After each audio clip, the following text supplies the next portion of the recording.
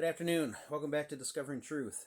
Um, the topic of divorce and remarriage. I have a friend that is getting divorced and is wanting to get remarried eventually. But I was telling her that if he didn't commit adultery or her, that you don't have grounds for divorce and remarriage.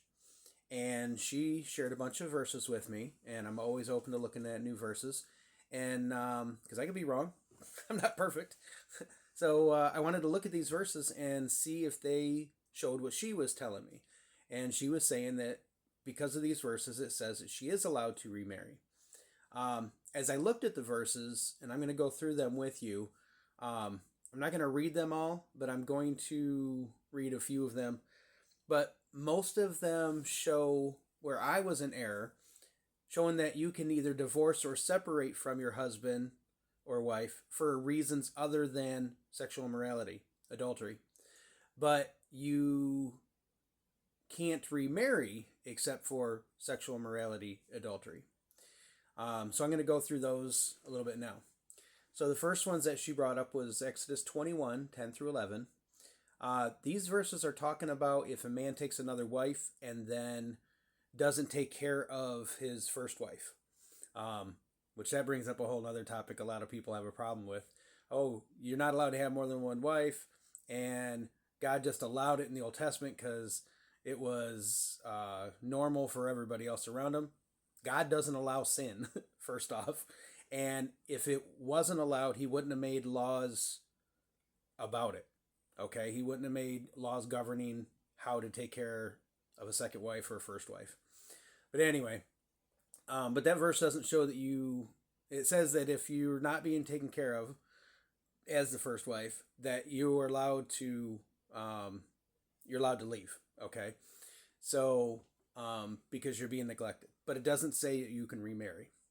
The next one she gave me was Deuteronomy 21, 11 through 14, and this one also says that you can put away your wife, but it was talking about if you were in battle and one of the captives you wanted to marry. So you're done with battle, you've destroyed the enemy, and now you have all these people that are weren't fighting in the war because they were women and children, but you see one, you like her, and you want to take her as your wife, and it gives rules on how to handle that.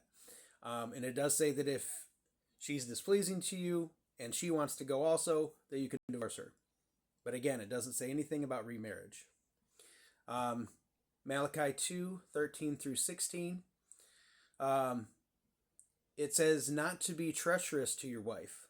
I agree with that. But it doesn't say anywhere in there that because they're being treacherous, you should leave them, or that because they're being treacherous, you can divorce them and remarry. It just says not to do that to your wife, 100%.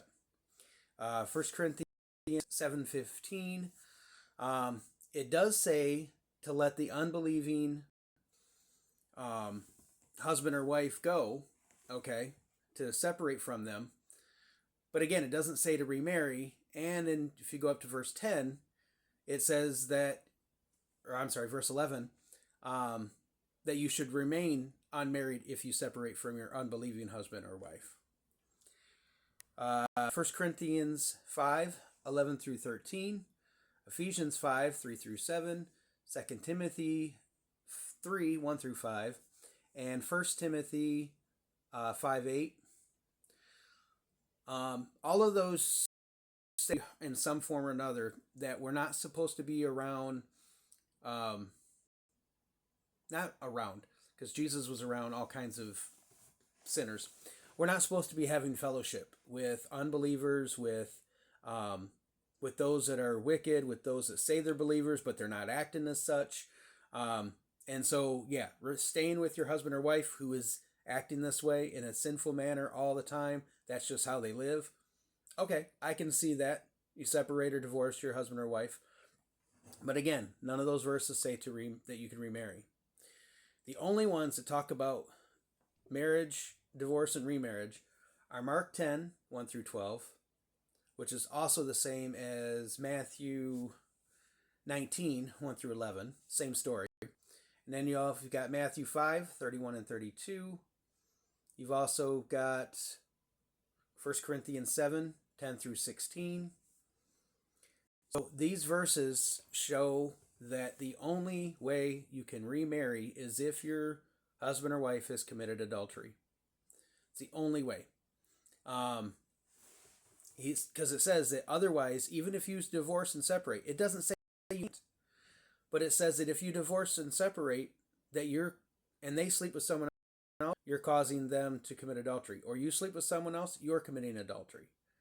I guess if that happens, then you would have the right to divorce them and remarry, but you're going through it in a sinful manner. Now, if this person divorces her husband, and he does then go sleep around with somebody, I guess that would give her the right to remarry, but she would have to wait for that to happen. And that's just something you gotta talk between the father and you. Is it right for you to want your husband or wife, divorced or not, ex or not, to commit adultery in order for you to be free? If that happens because they were being sinful, that's one thing. If that happens because you're wanting them to, is that a little different? I don't know. Your heart's not in the right place, in my opinion. So those are the verses I was given. Those are the verses I went through. Are there others? Probably. If there are, leave them in the comments. If there's something I'm missing, let me know. I would love to look at more. And again, if I'm wrong, I want to be shown I'm wrong. Like, I thought you could only divorce for sexual morality. I'm seeing through these other verses that, no, maybe you can divorce or separate for other reasons. And it's just the remarriage part that I disagree with her on. So I'm going to go ahead and go. And with that, I ask you all to have a blessed day. Like, subscribe, leave a comment, and share the show. Have a blessed one.